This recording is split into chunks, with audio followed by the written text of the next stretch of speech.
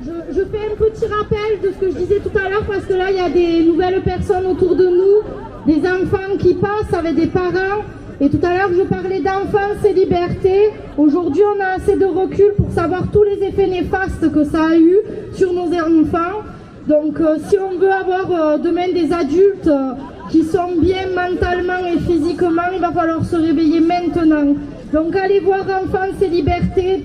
Chaque parent qui ne clique pas sur Enfance et Liberté est en collaboration avec ces criminels. Donc faites vos devoirs de parents. C'est nous qui éduquons nos enfants, c'est nous qui prenons les décisions pour eux. C'est à nous de choisir et ce ne sont pas des cobayes. La vaccination, l'injection expérimentale est ouverte à partir de 5 à 11 ans bientôt. Ils sont en train de fracasser, les médias mainstream sont en train de mettre dans la tête des gens que les enfants sont dangereux.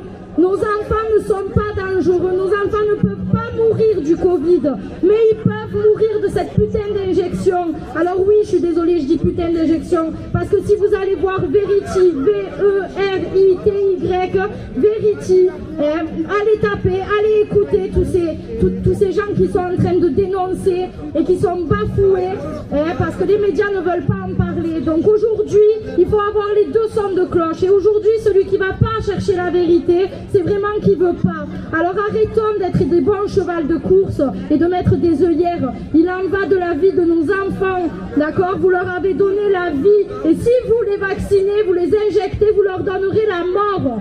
C'est tout ce que j'ai à vous dire. Le gouvernement veut vous culpabiliser, et bien nous aussi, moi aussi je vais vous culpabiliser. Parce que la réalité, elle est que si vous faites ça, vous mettez en danger vos enfants. Ils sont déjà en danger avec les masques. Enfanceetliberté.com.